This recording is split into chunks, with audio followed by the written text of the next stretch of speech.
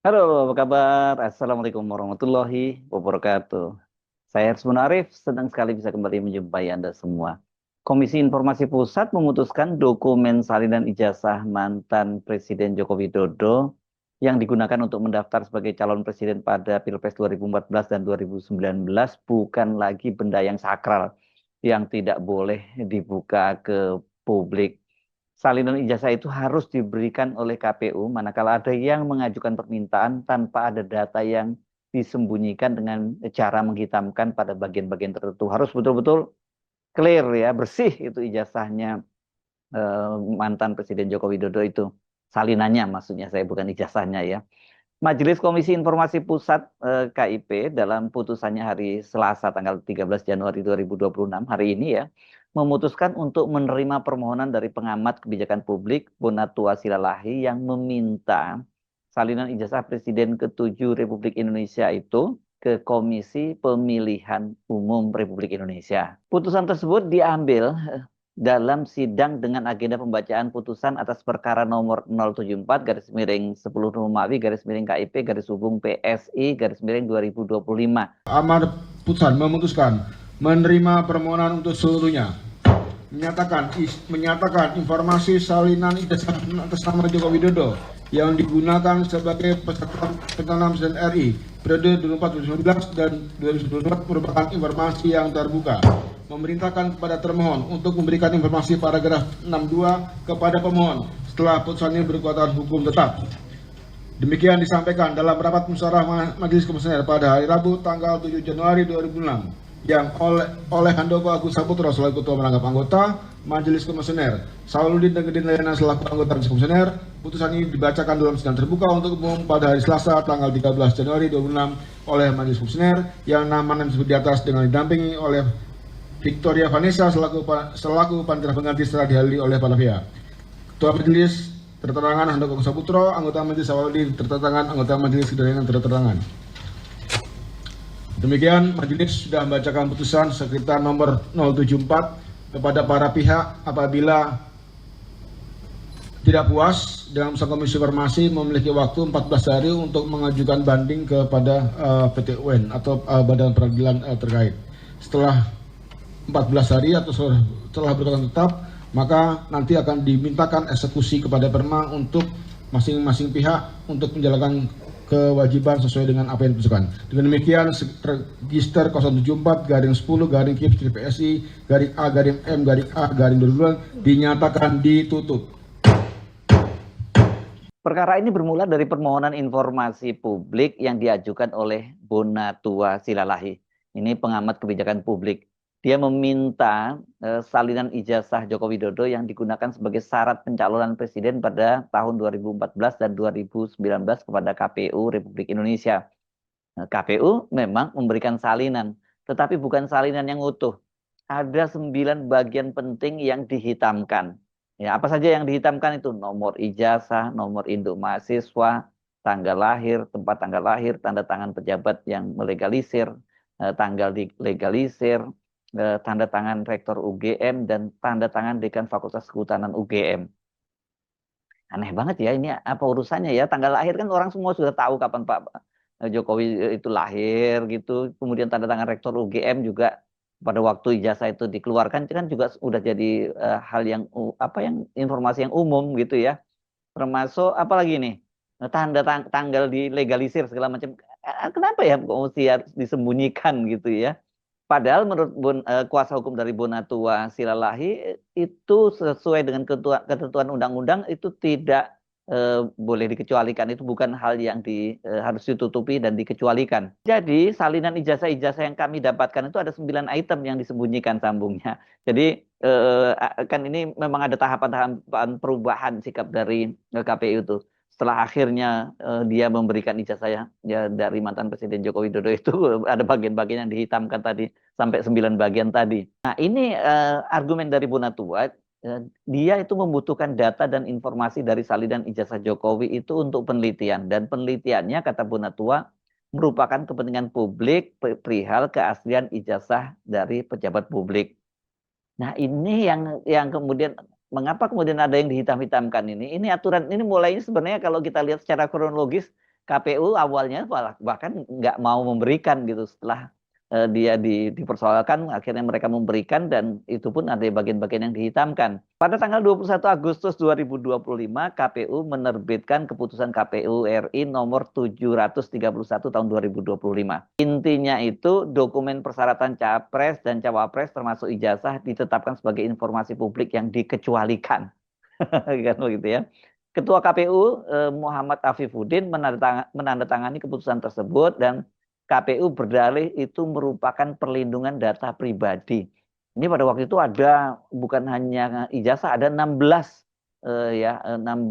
dokumen yang dikecualikan. Tapi yang paling banyak mendapat sorotan ini soal ijazah ini ya. Dan kemudian ini kritik itu bukan hanya dari para pakar, tapi dari DPR juga itu pada waktu itu dikritik. Karena apa? Karena katanya orang mau cari kerja aja ijazahnya harus ditunjukkan, apalagi ini melamar menjadi presiden. Kan presiden itu melamar ya, mencalonkan diri dan kemudian dia mengemis suara gitu bahasanya, atau minta suara kepada rakyat gitu. Kalau kemudian dia minta suaranya rakyat, rakyatnya nggak tahu ini soal ijazahnya apa, kemudian ini kan jadi kayak kita beli kucing dalam karung ya. Karena itu banyak sekali pakar hukum, penggiat keterbukaan informasi hingga media itu yang mempertanyakan bagaimana mungkin dokumen yang menentukan kelayakan seorang calon presiden justru ditutup dari publik. Tekanan publik membuat KPU akhirnya itu mundur teratur.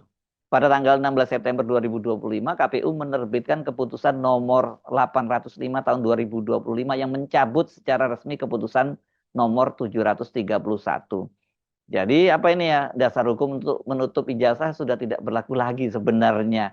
Tapi ternyata KPU itu tetap menghitamkan. Jadi ijazah memang diberikan, tapi kemudian ada 9 hal yang dihitamkan tadi, 9 bagian yang dihitamkan. Jadi kalau kita lihat ijazah yang diterima, itu salinan ijazah Pak Jokowi itu ijazahnya belang-belonteng karena ada bagian-bagian yang dihitamkan. Jadi meskipun sudah aturannya sudah dicabut itu, ini kan kalau kemudian yang diberikan belang-belonteng seperti ini ya ini jadi masalah ya. Inilah yang kemudian diuji di Komisi Informasi Pusat. Dalam persidangan, KPU berargumentasi bahwa bagian-bagian tertentu tetap harus dilindungi karena dianggap data pribadi. Masa tanggal lahir aja dianggap data pribadi ya.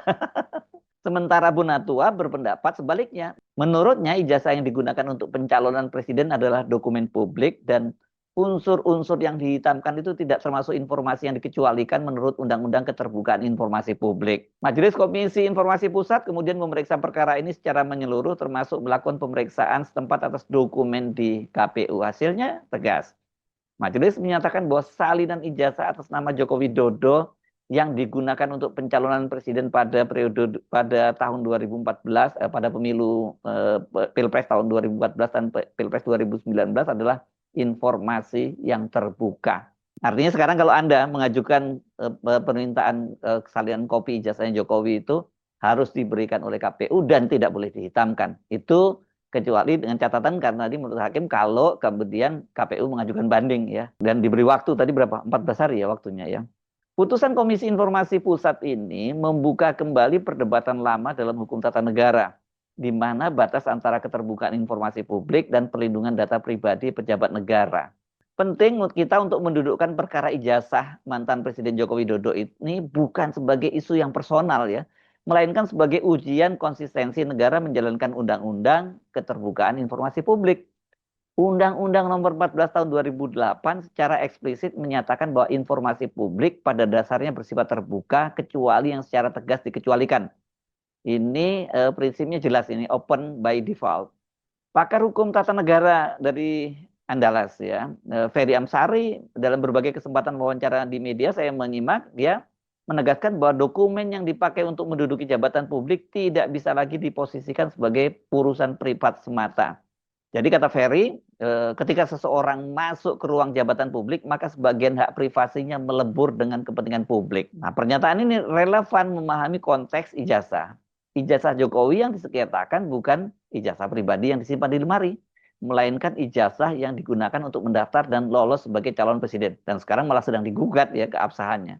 KPU berulang kali menggunakan dalih perlindungan data pribadi. Dalih itu merujuk pada Undang-Undang Perlindungan Data Pribadi. Namun para pakar mengingatkan Undang-Undang Perlindungan Data Pribadi tidak bisa dibaca secara terpisah dari Undang-Undang Komisi Informasi Pusat. Ini saya membaca di media juga ini, Yance Arizona, itu dia menjelaskan di dalam sebuah diskusi publik, perlindungan data pribadi tidak boleh digunakan, tidak boleh dijadikan tameng untuk menutup informasi yang secara hukum dibutuhkan publik untuk mengawasi kekuasaan. Jadi intinya itu ya, karena dia sebagai pejabat publik. Artinya konflik antara Undang-Undang KIP dan Undang-Undang Perlindungan Data Pribadi harus diselesaikan dengan melihat konteks penggunaan data tersebut. Apalagi tadi itu ya, termasuk tanggal lahir dan sebagainya, kok itu data pribadi. Memang ini apa, kayak gaya banyak gaya di kalangan perempuan misalnya, memang soal umur itu katanya banyak dirahasiakan. Tapi itu sebenarnya tradisi Barat ya. Kalau ditanya umur orangnya tersinggung. Kalau di Indonesia saya kira kan nggak ada masalah yang begitu-begitu. Dalam kasus ini, majelis dari Komisi Informasi Pusat menilai bahwa ijazah Jokowi sudah menjadi bagian dari proses administratif kenegaraan, bukan sekedar dokumen privat.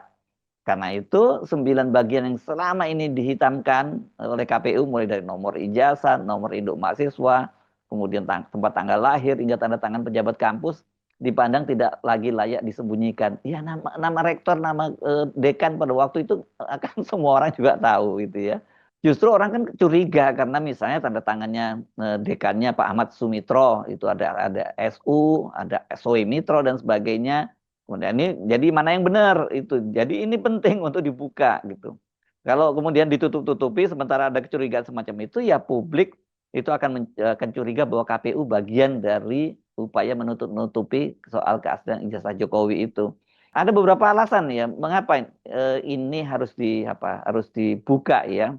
Pertama, lembaga penyelenggara pemilu tidak boleh membuat tafsir sepihak yang membatasi hak publik, apalagi setelah aturan internalnya sendiri dicabut. Kan tadi ingat ya, bahwa aturan yang dikecualikan itu sudah dicabut, tapi walaupun dicabut, tapi tetap dihitamkan. Kedua, KIP, Komisi Informasi Pusat, menegaskan perannya sebagai penjaga keseimbangan antara kekuasaan administratif dan hak publik.